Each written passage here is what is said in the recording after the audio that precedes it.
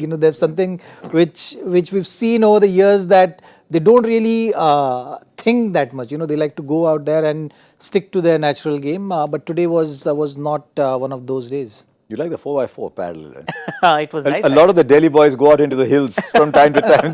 But I'm not the one who's actually Yeah. who's inclined to use a 4x4 too often. I try to stay on a slightly But you make a calmer. very valid point about playing the format rather than playing the conditions. 100% couldn't have put it better myself because there's one thing that you don't associate West Indies with, and that's discipline. And this was a surface that demanded discipline. So if you have 120 balls to play, without really complicating things, you go run a ball. And run a ball, after a while, bowlers are happy to actually provide you with. So if you just build towards that, in the end, last 3 overs, no matter who's bowling, there is no Bumrah. There is Navdeep Saini bowling a maiden over as the 20th over of that innings, only because there was no set batsman to play at the other end, and therefore they just fell too short. I thought there was no process in place right through. When you lose a couple of wickets, you suddenly, obviously there is a rethink, there is a reassessment, and then you start moving forward in a different manner at a slightly slower, steadier pace. But that was nowhere to be seen. I didn't see anybody, actually not too many, getting dismissed by the quality of the ball. Yes, disciplined bowling, yes, helpful wicket, but then everybody was trying to hit the ball out of the park. Unfortunately, it's 2019. It would have happened last time around when India went there. It was only sixes. The pitch was different, so was the result. Zach, let's still look at the bowling with you, because I know you like Navdeep Saini. What is it about Navdeep Saini that you like today? I mean, he bowled a maiden over the 20th because, as Akash said, Pollard couldn't take singles, and then he had O'Shane Thomas. But there's something about the zip that he gets. He does. He's quicker than what it seems like. He's got very nice flowing action, but has got enough power behind the ball, and that has been his strength. Hit the deck bowler typically and extracts that extra bounce as well, which resulted in wickets. And when you're playing international cricket, you need that early wicket, just to calm those nerves down. Pooran did put pressure on him, understanding that the first match which he's playing can be under pressure. But he backed himself with what has been his strength, which is hit the deck hard and get that extra bounce. And once you get the wickets, then that confidence and things flow. So I think it's important that Saini grows from here. He certainly has that X factor in him, which not only in the shorter format, I think he can certainly take it to the longer format. He looks like he'll be a really good red ball bowler. He got 2 wickets in his first over in his debut game. A little after your time in Delhi, but do you recall? Not so much. After your time in Delhi. Yes, I had moved on by that time. Was rated highly from the beginning. I think Gautam Gambhir spotted it somewhere, fast-tracked him into the Delhi team. There was a lot of resistance in the Delhi administration with regards to people coming from outside the city. They wanted a process in place. Gautam was totally on a different path. He wanted to fast-track this kid, and he has done well. Let's be fair. In fact, I personally feel that he'll be a much better bowler. In red ball cricket, white flannels, you'll get the best out of Navdeep Saini, because he's not your swing bowler. He's someone who's going to hit the deck hard, and there's enough lateral movement off the surface. He still doesn't have a great Yorker. He doesn't have a good slower one. So in this format, even though he's done well, so well done, young kid, first game, outstanding. Couldn't have asked for a better start, but his real potential will come to the fore come the test matches. Imagine Bumrah, Ishant, Shami and Navdeep Saini. That will be my 4. In fact, he should have been playing these 2 test matches.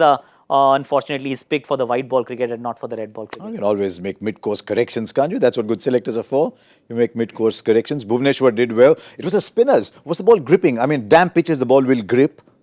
It was. The spinners have bowled 8 overs. Where are we? 8 overs, 2 for 33. So when you see finger spinners actually getting some purchase, that means the wicket has some kind of assistance for the spinners, and that's something which actually stayed through and through.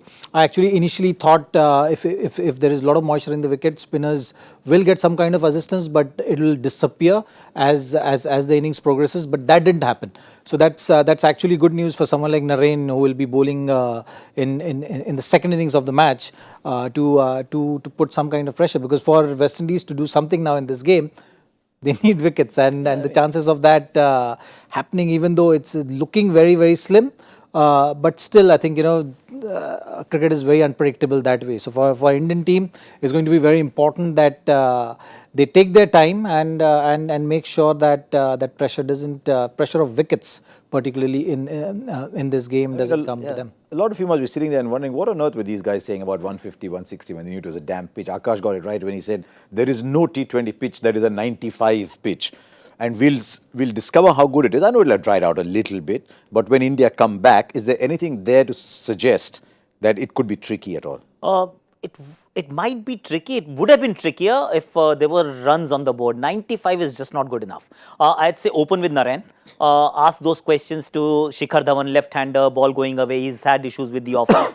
So that is one thing. Rohit Sharma is not exactly very fluent when you throw spin at him up front. Hope for some wickets, but don't expect miracles. I think India will be all right in the end. They may lose a couple of wickets on the way. I hope that Manish Pandey gets a gig and gets going.